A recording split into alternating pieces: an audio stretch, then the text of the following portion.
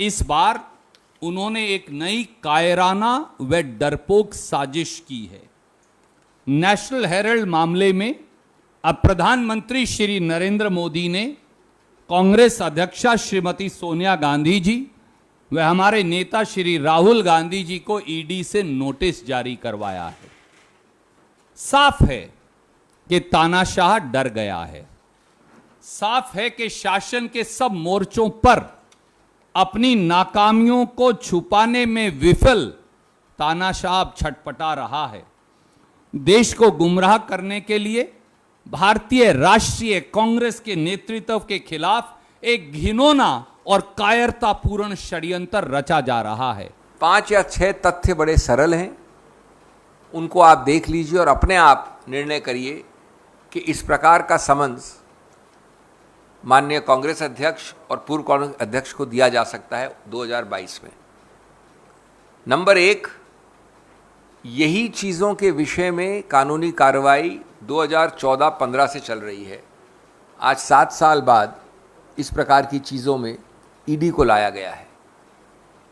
Number 2, ये विचित्र case इसलिए है कि जहां कोई पैसा नहीं है या जहां कोई प्रॉपर्टी का स्थानांतरण नहीं है, वहां पर मनी लॉन्ड्रिंग कैसे हुई, ये हमको कोई समझाए। माननीय मोदी जी के बहुत सारे काबिल जो एडवाइजर हैं वो समझाएं। हुआ सिर्फ इतना कि एक कंपनी है एजेएल, पुरानी कंपनी है, वो दशकों से नेशनल हेराल्ड चला रही है। चूंकि वो एक आदर्शों पे, मूल्यों के आधार पर चलाती थी अखबार, कमर्शियली इतनी सफल नहीं हुई। कई दशकों के दौरान लगभग 90 करोड़ रुपए जो सब दिए गए हैं औपचारिक रूप से, वो उसकी डेट हो गई, ऋण हो गया। उस कंपनी को फाइनेंशियली मजबूत करने के लिए, किस चीज़ के लिए दिए हैं ये बड़ा मजबूत करने के लिए, आदर्शों और मूल्यों जिनके लिए वो खड़ी है उसको मजबूत करने के लिए, इस ऋण को हटाने के लिए, उसके किताबों को साफ करने के लिए एक बड़ी सरल चीज़ की गई जो इस देश में हर कंपनी करती है, विदेश में हर कंपनी करती है। उसने इस ऋण को इक्विटी में परिवर्तित करने का निर्णय किया। ये इक्विटी में परिवर्तित करने से जो रुपया आया उसका 67 करोड़ तुरंत भुगतान कर्मचारियों के वेजिस के भुगतान के लिए उनको भी दिया गया। सब कुछ औपचारिक रूप से हुआ।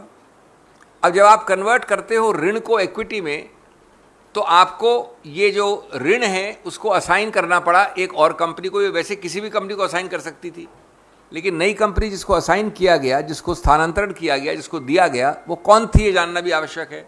वो थी यंग इंडिया, जो एक विशेष प्रावधान कंपनीज एक्ट के अंतर्गत, सेक्शन 25 कहते हैं उसको, वो बनाई गई कंपनी जिसमें 2 बड़े महत्वपूर्ण प्रतिबंध हैं।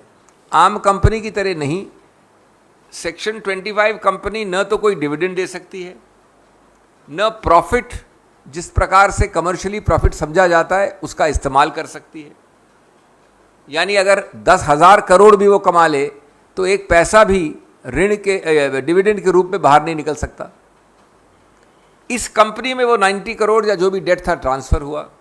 दूसरी बात, जब ये कन्वर्ट होती है ऋण इक्विटी में, तो यंग इंडिया वैसी ही रहती है, सिर्फ वो शेयर होल्डर बन जाती है एजेएल में, और एजेएल के पास जितनी भी संपत्ति है, अचल या मूवेबल, वो सब एजेएल के पास ही रहती है।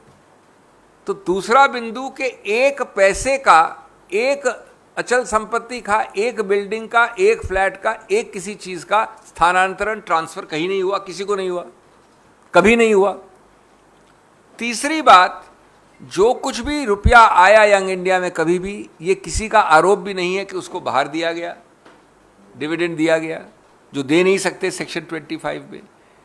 चौथा, कि जब वही सब चीज़ वैसी हैं तो मनी लॉन्ड्रिंग कहाँ से आती है। अनुच्छेद 50 जो मनी लॉन्ड्रिंग एक्ट के अंतर्गत है, उसके अंदर समझ आप कैसे इशू करते हैं। जो तर्क मैंने अभी आपको बताया, और वो चौथा बिंदु है मेरा, उसके अंतर्गत 2015 में ये केस बंद हो गया था। याद रखिए 2014 के पहले का केस है ये। ईडी की तरफ से ये केस बंद हो गया। हमारे सत्तारूढ़ सरकार के लोगों को अच्छा नहीं लगा, उन्होंने ईडी में लोगों को बदला, हटाया, निरस्त किया अपने पदों से और नया केस खुलवाया प्रेशर डाल के। और उसके बाद अब 7 साल बाद ये समन्स दे रहे हैं। जैसा मैंने कहा, कभी उनको यहाँ से मोड़ना है, ध्यान आपका ध्यान आकर्षित करना है, कभी इन्फ्लेशन से, कभी जो अभी जीडीपी फिगर्स हो रहे हैं उनसे, जो विभाजन की भावना चल रही है इस देश में, जो असमंजस की और जो सामाजिक उथल पुथल चल रहा है उससे हटाने के लिए। तो दोस्तों, मैं अपनी बात अंत करना चाहूँगा ये कह के कि इस देश में इस प्रकार से अपने पपेट, जैसा मेरे दोस्त ने कहा, कभी ईडी, कभी सीबीआई, कभी आईटी का दुरुपयोग करके हर राजनीतिक विरोधी को, कश्मीर से कन्याकुमारी और गुजरात से पश्चिम बंगाल तक डराना, धमकाना और देश का पूरा ध्यान इधर से उधर करना, ये तकनीक अब पुरानी हो गई है। जैसा हमने कहा, हम न डरेंगे, न झुकेंगे और सीना ठोक कर ऐसे कारनामों का सामना करेंगे। डरेंगे नहीं, झुकेंगे नहीं, सीना ठोक कर लड़ेंगे। अंग्रेजी हुकूमत को जड़ से उखाड़ने के लिए भारतीय राष्ट्रीय कांग्रेस ने साल 1937 में नेशनल हेरल्ड अखबार निकाला, जिसके प्रणेता थे महात्मा गांधी, पंडित नेहरू, सरदार पटेल, श्री पुरुषोत्तम दास टंडन, आचार्य नरेंद्र देव, रफ़ी अहमद किदवई, ये लोग थे।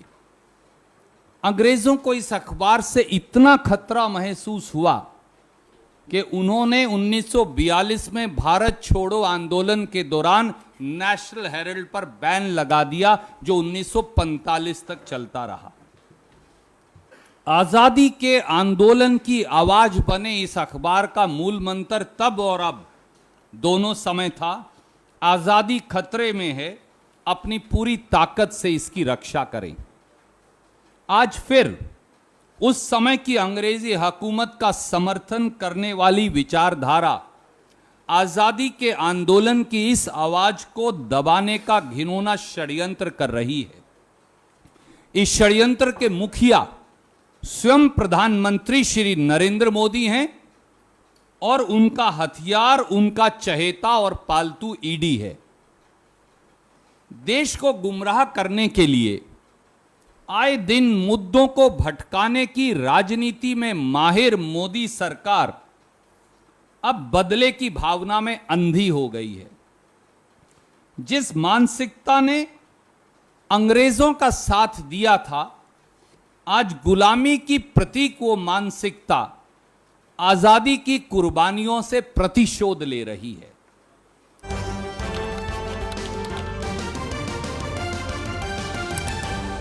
आपकी आवाज